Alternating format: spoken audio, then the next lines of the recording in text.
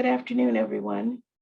Thank you for joining us for the Association of Schools and Programs of Public Health hosted webinar on the latest supplemental issue of Public Health Reports, the official journal of the Office of the U.S. Surgeon General and the U.S. Public Health Service. I'm Dr. Hazel Dean, Editor-in-Chief of Public Health Reports. I would like to welcome you to the webinar on behalf of the PHR team, including our managing editor, Dr. Andrei Kuzmachek. Published since 1878, Public Health Reports is the oldest public health journal in the United States. The mission of Public Health Reports is to facilitate the movement of science into public health practice and policy, to publish scholarly manuscripts that affect and advance public health practice and policy, and to publish evaluations of public health programs that describe models of practice that can be replicated by others and that describe lessons learned. Public Health Reports is dedicated to publishing original research, reviews, and commentaries in the areas of public health practice and methodology, public health law, and teaching at schools and programs of public health. Today's webinar focuses on Public Health Reports' most recent supplemental issue on the surveillance of non-fatal and fatal drug overdoses, best practices, innovations, and lessons learned. On behalf of the journal, welcome. Before we begin, a few items of note. The session is being recorded and will be available on the ASPPH website shortly after the conclusion of today's webinar. Please note that attendees may receive continuing education credits for certified in public health. You can ask questions or submit comments in writing at any time during the presentations by clicking on the Q&A button at the bottom of your screen. We will hold questions until after all presenters have presented. Now to the beginning of the session. For every overdose death, many more non-fatal overdoses occur, resulting in substantial emotional and economic impacts. Today, several authors of this special issue will describe the lessons learned from conducting innovative surveillance activities under the Centers for Disease Control and Prevention's Enhanced State Opioid Overdose Surveillance Program, aimed to provide data on non-fatal and fatal opioid overdoses. It's now my honor to introduce our presenters for today's webinar.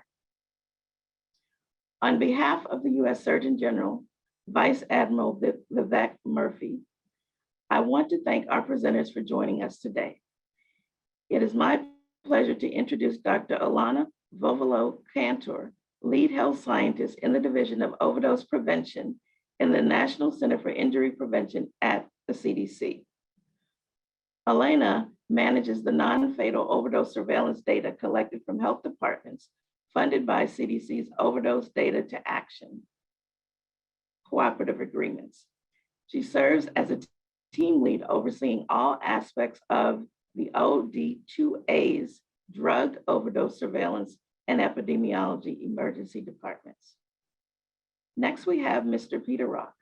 He's Associate Director for Biomedical Data Science in the Institute for Biomedical Informatics at the University of Kentucky.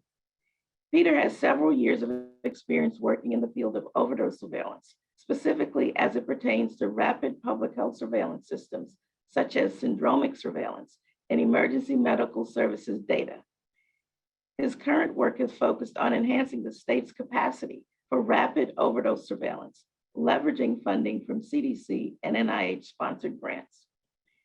And wrapping up the prepared portion of today's webinar is Ms. Heather Clinton, epidemiologist in the Injury and Violence Surveillance Unit, Community Family Health and Prevention Section at the Connecticut Department of Health. Heather's work focuses primarily on the surveillance, abstraction, and analysis of drug and opioid-related morbidity and mortality data. Her work helps support grant initiatives for the CDC-funded Overdose Data to Action grant in Connecticut.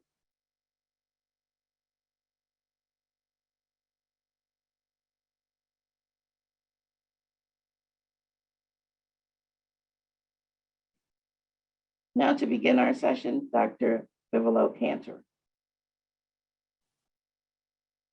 Let me get my screen going.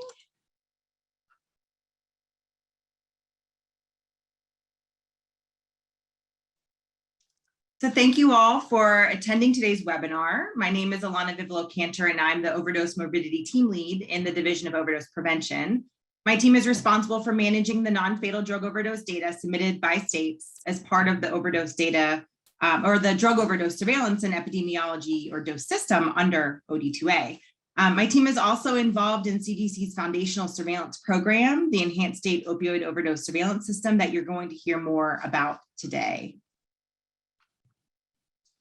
So from 1999 to 2019, nearly 500,000 people died from an overdose involving an opioid, including prescription and illicit opioids.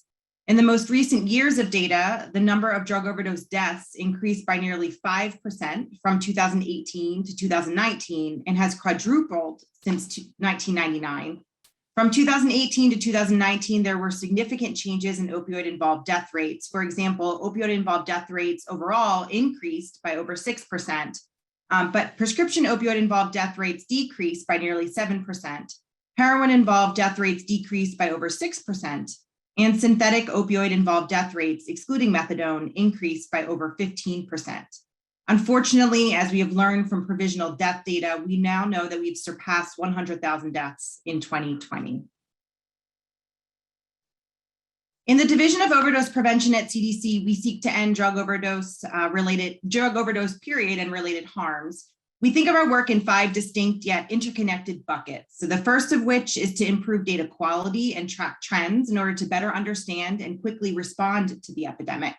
We collect and analyze data on drug use and overdoses to better identify problematic areas and evaluate our prevention efforts. The second is to build the capacity of our partners. We work to support health departments with funding, resources, and information to prevent risks of opioid use disorder, overdose, and death, while ensuring patients have access to safer and more effective pain treatment. Third, CDC improves patient safety by providing healthcare providers with the resources they need to improve opioid prescribing.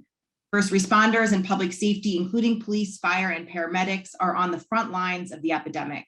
So under our fourth bucket, we are working to improve communication and collaboration between public health and public safety. Lastly, we increase public awareness about the risks of opioid misuse and abuse, empowering people to make safer choices. CDC created the RX Awareness Campaign to educate everyone about the dangers and risks of prescription opioids. I'd like to show this slide just so that you can see how quickly we've grown in such a short amount of time. Our first funding stream for opioid overdose prevention started over 7 years ago in September of 2014, where we piloted prescription overdose prevention activities in 5 states with high burden. We very quickly grew to expand our prevention efforts to 16 states in 2015 and initiated our flagship ESOS surveillance activities in 2016. We're currently in year 3 of our newest funding opportunity, Overdose Data to Action, or OD2A. So in September 2016, CDC funded its first national surveillance system called ESOS. The goal was to provide more timely and comprehensive data on fatal and non-fatal opioid overdoses and risk factors associated with fatal overdoses. We started with 12 states as a pilot program, and within a year, we quickly grew to 21 states, including DC. States were tasked with reporting data on non-fatal overdoses treated in emergency departments or by first responders in EMS data on a quarterly basis.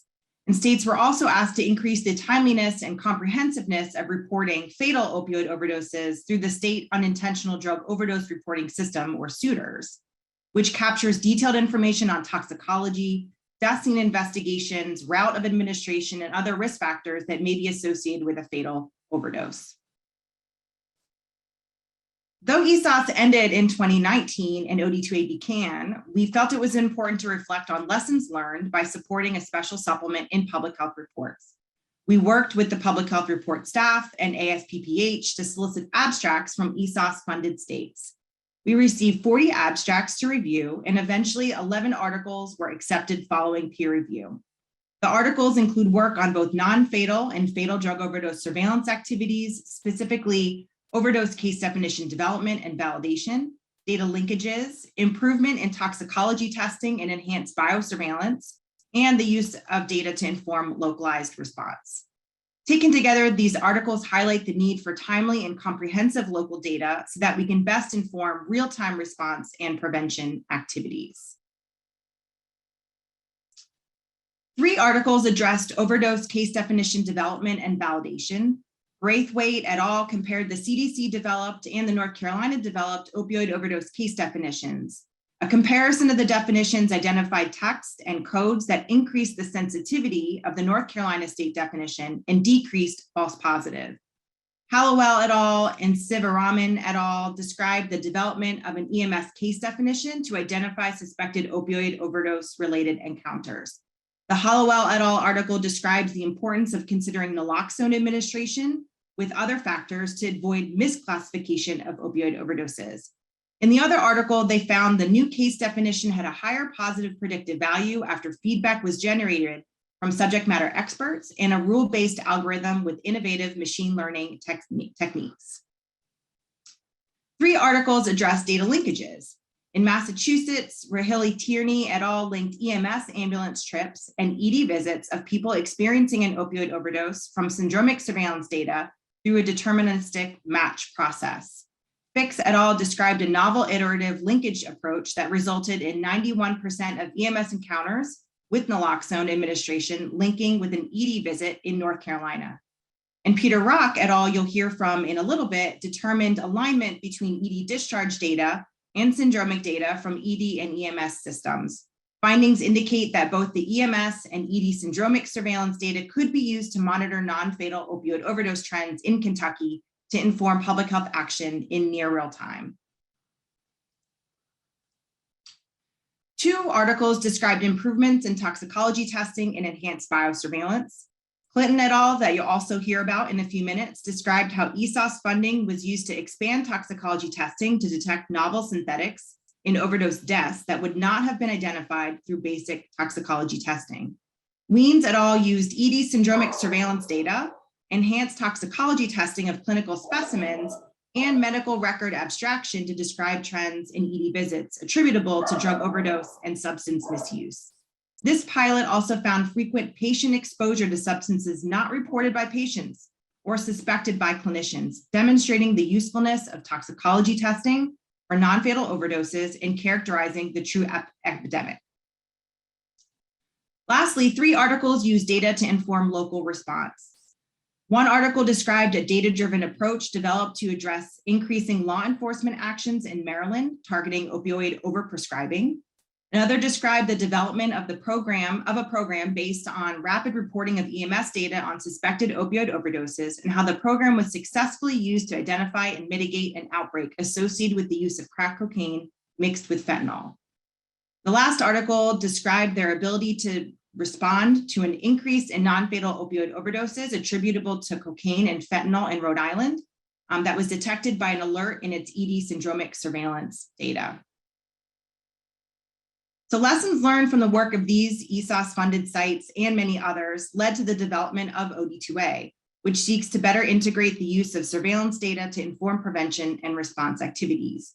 OD2A funds approximately $300 million per year to 66 recipients, which include 47 states, DC, 2 territories, and 16 local or county health departments. So thank you again for attending today's webinar to learn about this great work. We continue to learn every day about the evolving epidemic, and we hope the examples provided in this special supplement of public health reports will help your efforts in communities to respond to and prevent drug overdose. I'm now going to pass the baton to Peter Rock from Kentucky, who will present on his paper, Emergency Medical Services and Syndromic Surveillance, a comparison with traditional surveillance and effects on timeliness.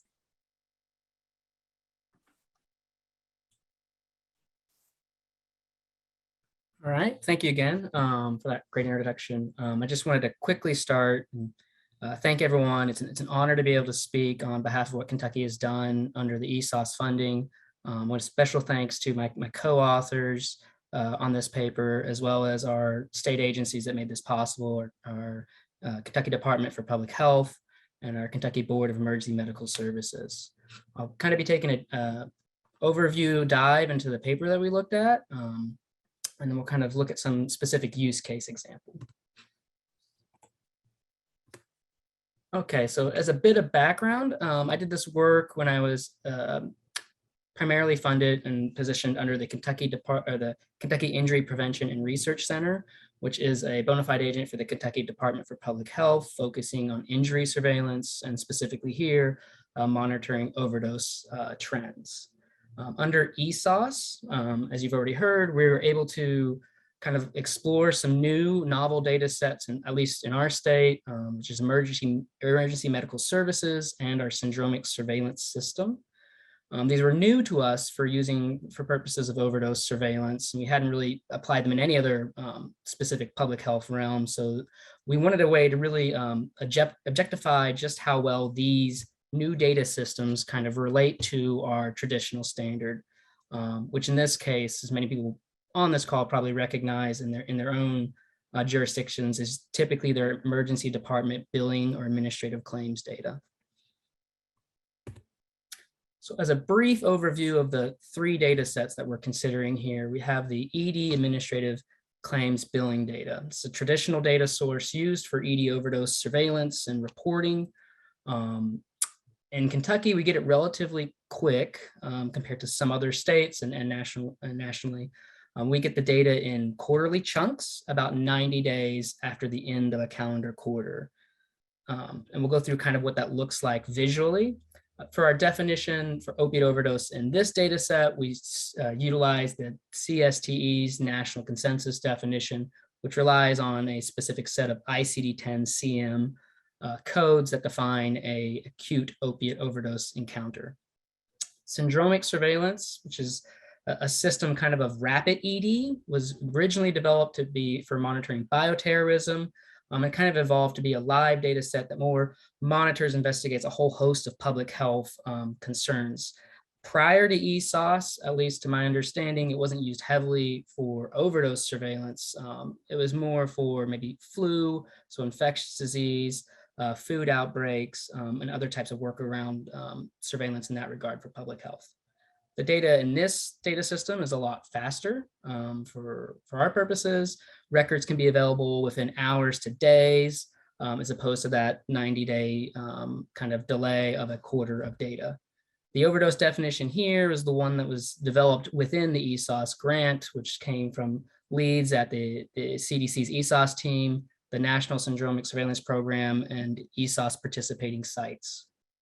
It includes a combination of ICD-10, ICD-9 codes, as well as free text, as there is a chief complaint section within a syndromic surveillance record. Emergency medical services in Kentucky, we receive statewide data that represents any licensed EMS agency that is operating in Kentucky. These records are available within a few days. At the time of this analysis, the median time between an event occurring and it showing up in the database is about 60 hours. Most recent reportings from our partners is that that's actually decreased down to about 30 hours. And they're doing a lot of work there for quality improvement. We're excited about. It has also kind of similar to syndromic. It has a combination of structured, so coded data, as well as unstructured free text fields. We were new to this, so we kind of relied on Rhode Island's ESOS definition that they had published, which looks at the patient care narrative, medications administered, so naloxone, as well as a couple other fields to build a definition for suspected opiate overdose encounters. The methods we kind of took is after we had those 3 definitions, we created weekly aggregates of suspected opiate overdose encounters from 2018 to 2019.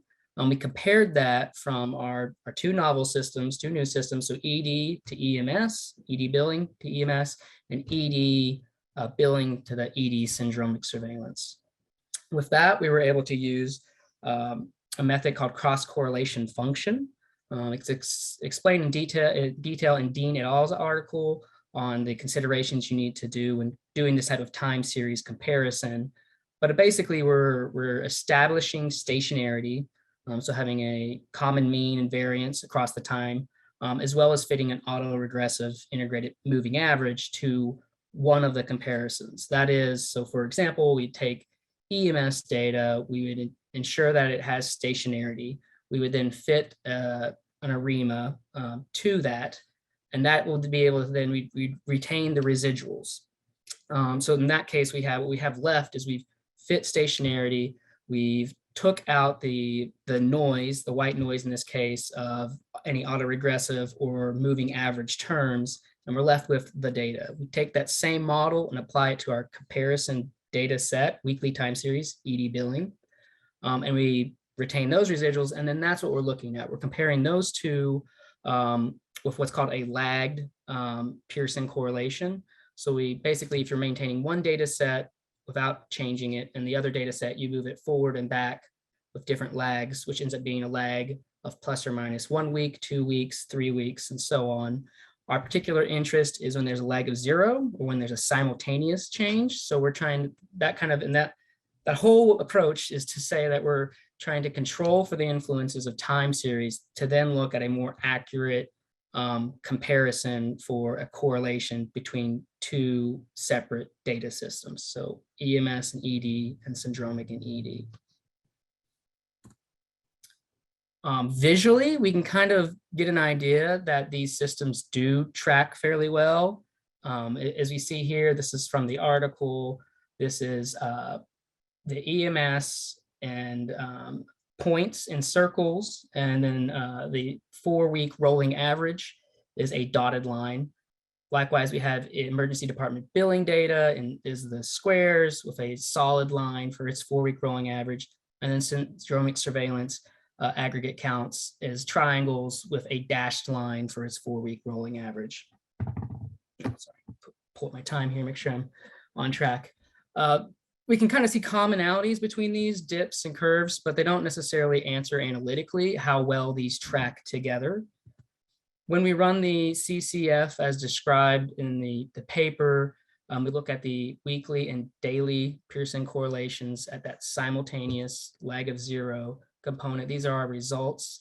The weekly level gives us fairly moderate to strong Pearson correlations between syndromic and our traditional billing, as well as EMS and our traditional billing.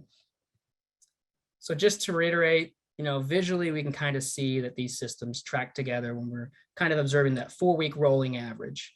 But the cross correlation function builds on that visual analysis to give us something more analytic to really compare any significant relationships.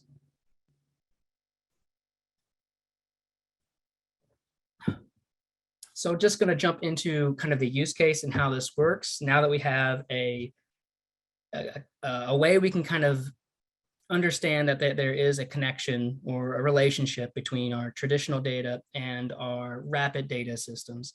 How does this look kind of in live of a use case example of opiate overdoses during COVID-19? And I think many of us who's tuned to this literature has already seen some of this information coming out.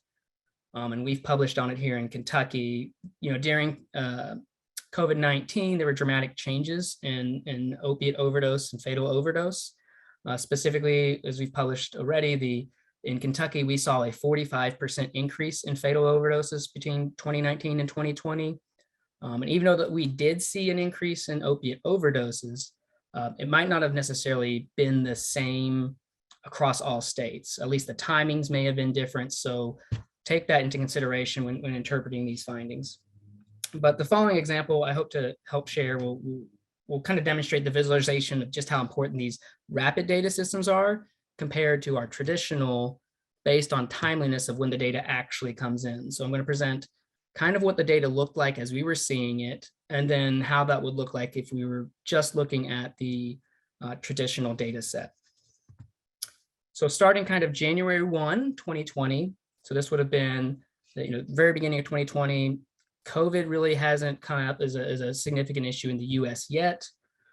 We would have at this point just received Q3 of 2019 for our traditional data set. So that solid black line, which would have been June, July, August of 2019 data would have come in on that day. Because we get these in again, 90 days after the close of a calendar quarter. And just to simplify here, I've removed the points from that previous graph. This is just the 4-week rolling average for us to get a better idea. As we move through into February, we see some changes, but nothing too drastic. Same thing with March. And then starting in April, so we've gone through all of March, and this is April 1. April 1, we would have got the final quarter of 2019 data in. At the same time, around March, I think 13th, we had a national state of emergency declared.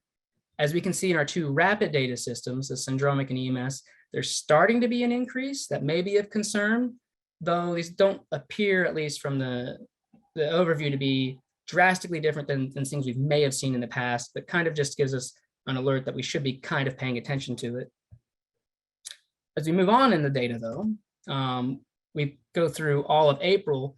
Beginning May 1, there's obviously some meaningful changes in these time series. Again, our traditional data set is only at this point up through the end of 2019. And so on through April up through May into June. We're seeing very drastic numbers that we haven't seen before. Again, this is that 4-week rolling average. Our two rapid systems are both showing large increases. If we're just using traditional, we're still kind of at that January 1 or end of December 2019 data. And just as we cut through to July 1, that's when we receive our first quarter 2020 discharge ED billing data. And if we're looking at just that, we still don't see a huge change, a small increase at the end of March as we're approaching April, kind of like we saw with the other data systems. But we wouldn't really have a direct measure of these other surveillance effects that are happening, that are seen in our syndromic and EMS data. We continue on through August, through July into the beginning of August. We can see the numbers are starting to come back down. But then as we go through August and the beginning of September, those numbers that drop kind of plateaus. Again, we haven't got any new discharge data yet. Not until we've gone through all of September and we hit October 1 do we get that big bucket of increases that really just all happen to occur, or for the most part occur, within 1 quarter of data, the second quarter of 2020 specifically. And so if we were just relying on the emergency department billing data as our sole source, we wouldn't have seen this large increase until day 1 of October of that data coming in. So it just kind of highlights some of the importance and consideration of these data sets. Once you know that your definitions do track well, that you can maybe use these to more inform on changes that occur prior to maybe your more traditional data sets being able to fill that data need. So conclusions for Kentucky and from the study is that the EMS and syndromic surveillance can be used to reliably monitor non-fatal opioid overdose trends in near real time. The changes in EMS and syndromic indicated an early warning and this overdose pattern changes that was later confirmed as the traditional data came in. And more so, the methods in this article could be replicated for a host of public health definitions in novel data sets. So if you have a definition you're trying to compare to a traditional, you could take a similar time series approach. Depending on the scale of the data, you might be able to find similar or meaningful results to help inform the utility of that definition within the context of your new data system. I have some references, other information. I'm the corresponding author. My information's here. If you want to talk specifically about Kentucky injury prevention research work or work going on under OD2A at Kentucky, I would point you to Dr. Quisenberry at Kiprick or our director, Dr. Terry Bunn. And with that, I will turn it over to Heather Clinton.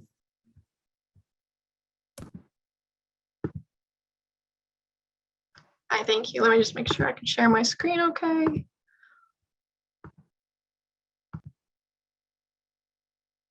Okay, how's that? Does that look good?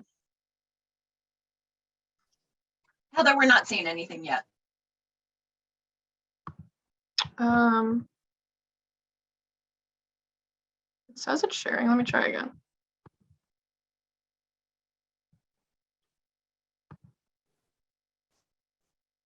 We see a screen with the flower. There you go. We see Okay, it. good. Yes. All right. Thank you. Okay, hi, good afternoon, everyone, and thank you for the introduction and the opportunity to present today. Special thanks as well to my co-authors, my team who are supporting me here today. Again, my name is Heather Clinton, and I work as an epidemiologist at the State Health Department in Connecticut. And I'm just going to talk a little bit about some of our findings and the lessons learned from our study, which looked at postmortem toxicology testing of fentanyl analogs and other novel synthetic opioids. So to start out with a little bit of background information, as many of you may know, fentanyl analogs, and other novel synthetic opioids have increasingly been implicated in fatal drug overdoses across the US. And this is particularly the case in Connecticut, where fentanyl is now involved in about 85% of all of our overdose deaths. This is concerning because these compounds often have higher potencies and pose a greater risk for overdose than other opioids. And new substances can emerge rapidly and continuously. This is especially true for fentanyl analogs, where small changes in the chemical structure can result in the production of a new compound. But in order to detect and distinguish the growing number of fentanyl analogs and other novel synthetic opioids, more specific and sensitive toxicology testing equipment and analytical methods are needed. However, current postmortem toxicology testing methods used by many medical examiners or coroner's offices may lack the sophistication needed to detect these compounds.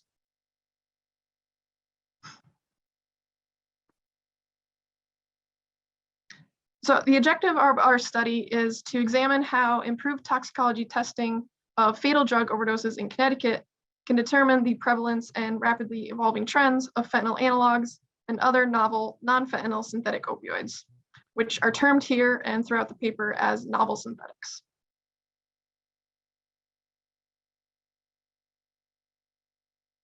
So to provide a bit of context on how we operate here in Connecticut, Connecticut has a single centralized medical examiner's office for the entire state. This means that all reportable deaths occurring in Connecticut, including suspected drug overdoses, are sent to one office for investigation and death certification. Standard practice for our medical examiner's office has been to order routine toxicology testing on all suspected overdose deaths. But historically, only more basic toxicology testing panels were used, while the more comprehensive testing panels, which included a more extensive array of analytes, were ordered only on a case-by-case basis when indicated. Also of note, our medical examiner's office outsources all postmortem toxicology testing to an accredited forensic laboratory. Our medical examiner's office actually previously used an in-house laboratory, but had changed to using the private lab.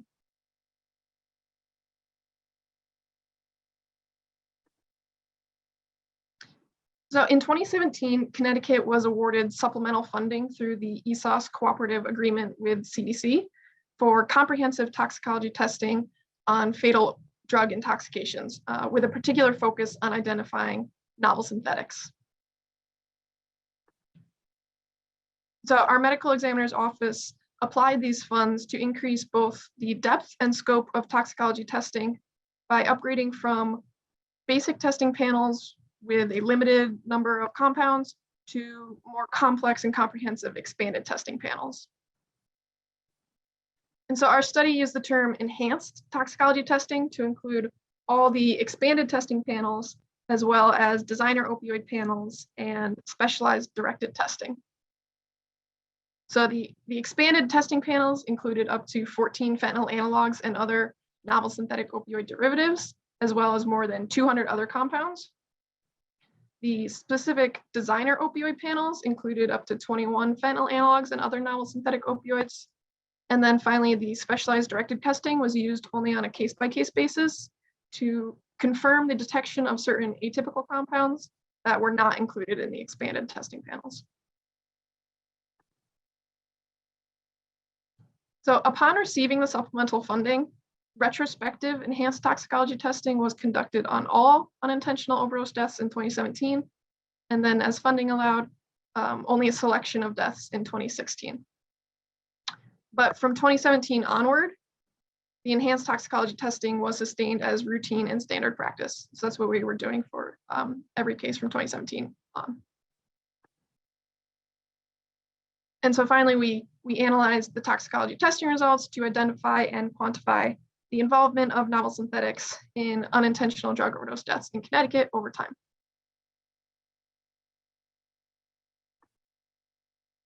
So these are our results, and they're broken down by year from January 2016 to June of 2019. And the top portion of the table is related to our total number of drug overdose deaths per year, as well as the percentage of those that received any toxicology testing, which could include the basic testing that we were doing previously. And then we also have a line for those that received the enhanced toxicology testing. So overall, toxicology testing in general remained high and consistent throughout the study timeframe, ranging from 97 to 98% of all suspected drug overdoses receiving at least some form of toxicology testing. So we started implementing the more comprehensive enhanced toxicology testing, beginning with some cases in 2016, but by 2019, you can see that 99.8 or nearly 100% of the toxicology testing for drug overdoses used the enhanced toxicology testing methods.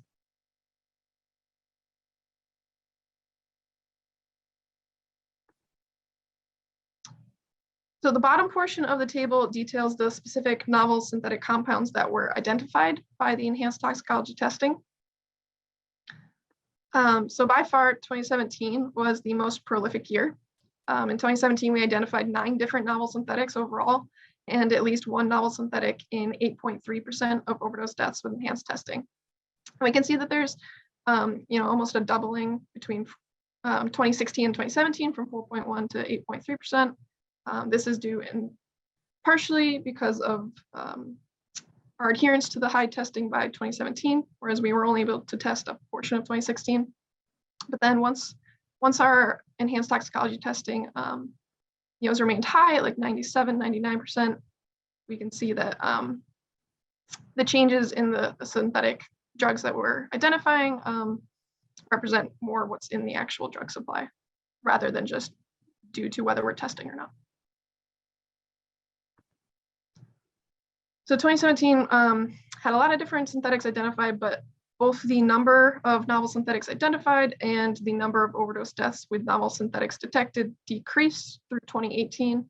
And then by 2019, only 2% actually involved a novel synthetic.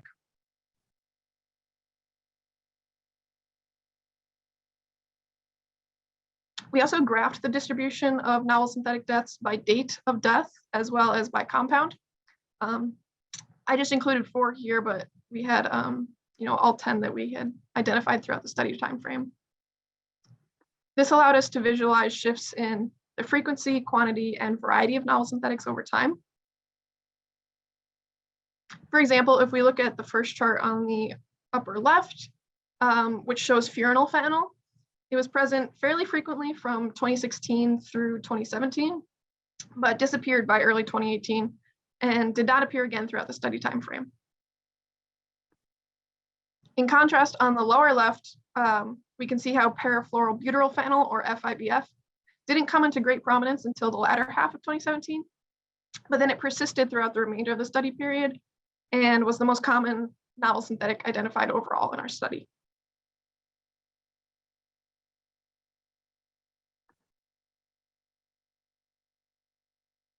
So the main finding of our study is that the enhanced toxicology testing for drug overdose deaths is effective in detecting novel synthetics that are not otherwise identified through the basic toxicology testing methods. By doing this routine comprehensive toxicology testing, this allowed Connecticut to identify 10 different novel synthetics involved in fatal drug intoxications over the study timeframe. And novel synthetics were detected overall in about 5% of drug overdose deaths where this enhanced toxicology testing was conducted.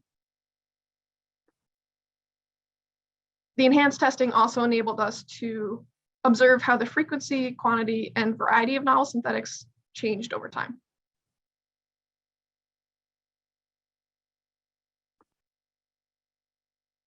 So I did just want to provide an update on some additional data that have been collected since the end of our study, just to kind of give you an idea of how things have changed. So our study, as a reminder, looked at drug overdose deaths through June of 2019. And so these data presented here are for calendar years 2019, 2020, and 2021 through September. So each year there were only about 3 or 4 novel synthetics identified. But parafluorobutylfentanyl, or FIBF, which was previously one of the most common novel synthetics, actually subsided and disappeared completely by 2021.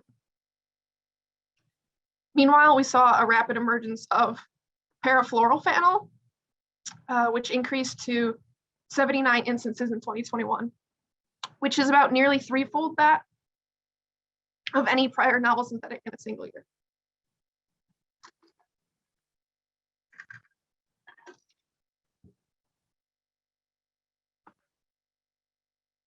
So what are our lessons learned?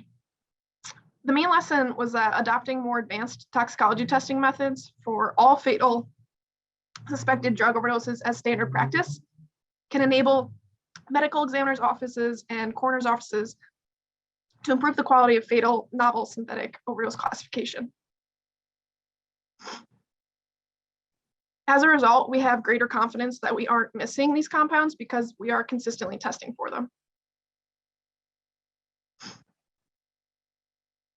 And any lack of consistent comprehensive testing will hamper our ability to track local drug outbreaks or declines. If we aren't consistently testing for certain substances, we can't be assured if they are actually present in our local drug supplies or not. And so access to these data on a local level can aid in developing effective public health responses to emerging substances. And as a final recommendation, we recommend that all suspected drug overdose deaths routinely receive more comprehensive enhanced toxicology testing in order to detect novel synthetics.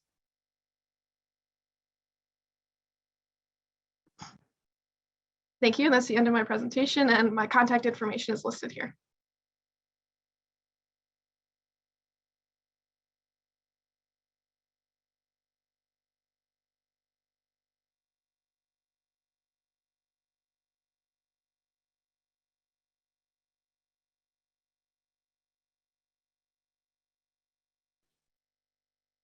Thank you to Heather and Peter for the very nice presentations on their papers. We will now take questions from our audience. You may type your questions for any of the authors into the question box at the bottom of the screen. I'll kick it off with a question for Heather. Heather, what are the benefits of using a private laboratory for postmortem toxicology testing over an in-house laboratory? Yeah, thank you. So I mentioned briefly that our medical examiner's office previously used an in-house lab for our toxicology testing, but then made the switch to the private laboratory. And in doing so, we found that we were able to improve turnaround time for not only the toxicology testing itself, but also consequently overdose death certification. We also were able to improve the scope of our testing conducted and actually cut our toxicology testing costs in half. So in most cases, ordering the full expanded testing panel was more cost effective than ordering the basic testing panel first, and then ordering the directed testing for specific substances. Another benefit that we found in using the private lab is that it also made implementation of enhanced toxicology testing very easy, because it was really just a matter of ordering the different testing panel. Okay, thank you. And now a question for Peter. What other benefits or limitations do the novel rapid data systems inherently possess? Hi, thank you. So there's some building out from our work that we found, where we were able to at least confidently understand that what we see in our rapid data systems was going to translate into what we'd see in our traditional data systems. We're kind of then able to dig a bit deeper into these other data sets. specifically, right, our syndromic and emergency medical services data contains rich text information as compared to our hospital discharge data, which is really an administrative data set that contains only coded information. So there's some things we can maybe get at or measure, at least from a high level, some approaches. I have a particular interest in EMS, specifically because they also report on interactions that do not lead to hospitalization. So an interaction where an EMS may arrive a patient, the person is an opiate overdose based on our definition, and then they refuse transport to a hospital. In that case, that person would not have shown up in our ED discharge data.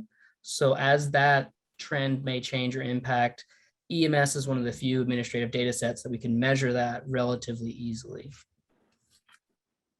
Okay. Audience members, please keep your questions coming. I'm gonna now go back to Heather. Heather, here's a question for you. Are toxicology panels updated over time? Yes, so the private lab we use, which is NMS Labs, actually continually monitors and updates their testing panels and validates the testing methods to identify newly emerging drugs. And so any changes to the testing panels are shared with our medical examiner's office. And this is really helpful because it doesn't require any additional work from the medical examiner's office side. And because the private lab is not localized and they're receiving submission samples from multiple different states or locations, the testing panels may be updated to include a new emerging compound that maybe we haven't seen here in Connecticut, but maybe eventually coming down the pike. So having that on the testing panels and having those updated frequently and continually is very helpful from our perspective. All right, thank you. Peter, back to you. Another question. How else can we improve the validity of overdose definitions for these systems? Thank you. So right where we started with was really just I guess a little bit more than a face valid kind of check of the data by comparing it to its time series traditional counterpart. The next real kind of, I guess, level to get past this is to get a higher level of validity is to looking more at medical chart reviews. So taking these cases that either match or don't match, and it's obviously much more resource intensive for both the financial and time component of it. So this is really just our best approach to do this in-house without having to go down establishing those DUAs, MOUs, and looking for the appropriate funding mechanisms to go through a whole process to validate those definitions at a higher level. But that is what is likely necessary to really judge the true validity of any of these definitions. All right, thank you. Heather, another question for you. How does timeliness of postmortem toxicology testing affect its utility for surveilling changes in the drug market? Yeah, so I think one of the drawbacks to conducting accurate and complex postmortem toxicology testing is the time it takes to get those results back. So here in Connecticut, it takes about 4 to 6 weeks to receive toxicology testing results. So those results might be less useful when you have an event where there's an acute outbreak of a certain drug, because by the time you get the test results back, the spike is likely to be over at that point. However, I think that there is a lot of utility in terms of tracking more sustained emerging drugs, especially those that are less common or haven't been recorded in your jurisdiction or locality yet. So in Connecticut, we actually recently equipped our state laboratory with the ability to conduct toxicology testing on hospital admission samples for suspected drug overdoses, which would primarily represent the non-fatal drug overdose population. But this specific toxicology testing has a shorter turnaround time of about 1 week, but only uses urine samples and includes a smaller array of about 40 of the more common compounds that we're seeing. So I think that both are helpful in their own ways, but we always seem to have this trade-off between the timeliness of the toxicology testing and then the comprehensiveness. Okay, thank you. We had several questions that were previously responded to by Peter. Peter, I'm going to repeat one of them because there's a follow-up question to that. So the question is, what multiplier would you use to estimate total non-fatal overdoses from the number with some medical encounter? And the follow-up question, let me see if I can find that one. The follow-up question is, that's an important question, but I was actually wondering about how to account for people who experience unattended non-fatal overdose. With the growth of community naloxone distribution, the unattended group could be growing. Yes, this is a great, sorry, yeah, didn't jump in there. This is a great question, and one I've been struggling with myself, and I think the community has in general, is how do we measure the community naloxone administration as it pertains to overdose reversals. A lot of different funders have been, supplying funds and resources and best practices to increase naloxone distribution in the community. But we assume that as that naloxone availability becomes higher, maybe these people aren't being as connected to ED. They're not showing up in our data sets. I haven't seen, though I haven't read all the literature, so there may be some great articles out there, I'm sure.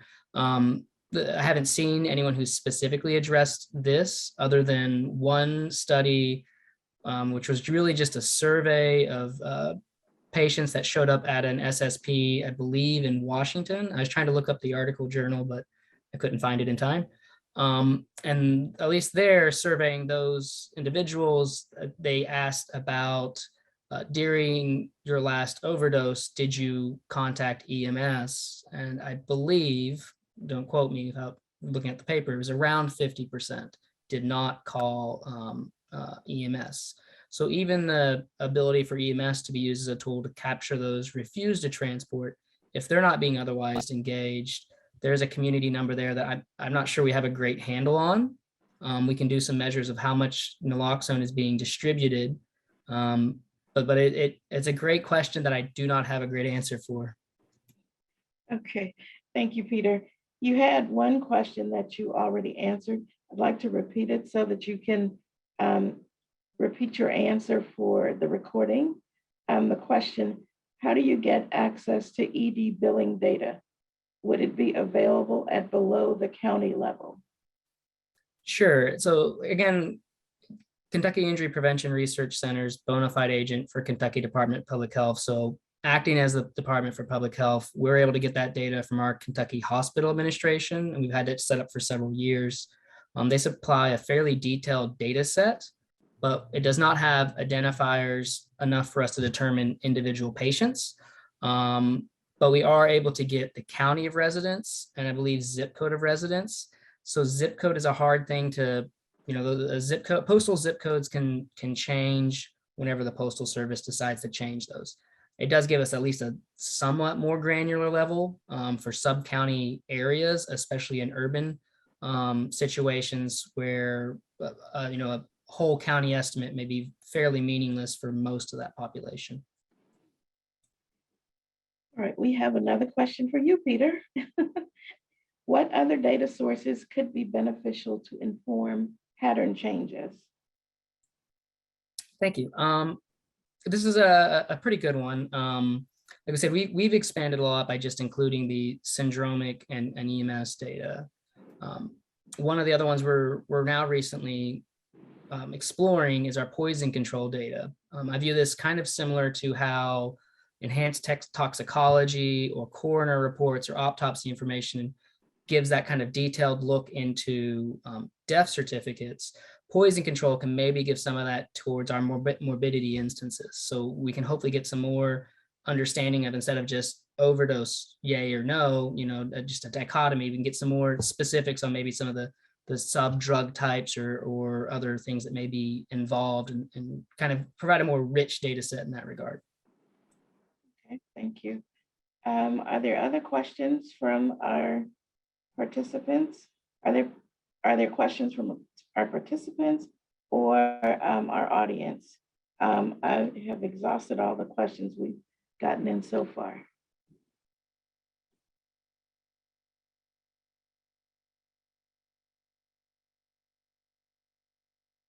Okay. All right. So I'd like to thank you, first our panelists for providing excellent presentations and a great discussion. And thank you, our audience, for joining us today. You may access the full special issue at the following web link. A special thank you to the speakers and their staff for their time and contributions addressing the major health challenges facing the United States today. I also want to thank the Association of Schools and Programs of Public Health, our public health report staff, and the Office of the U.S. Surgeon General for their continuous support. To this end,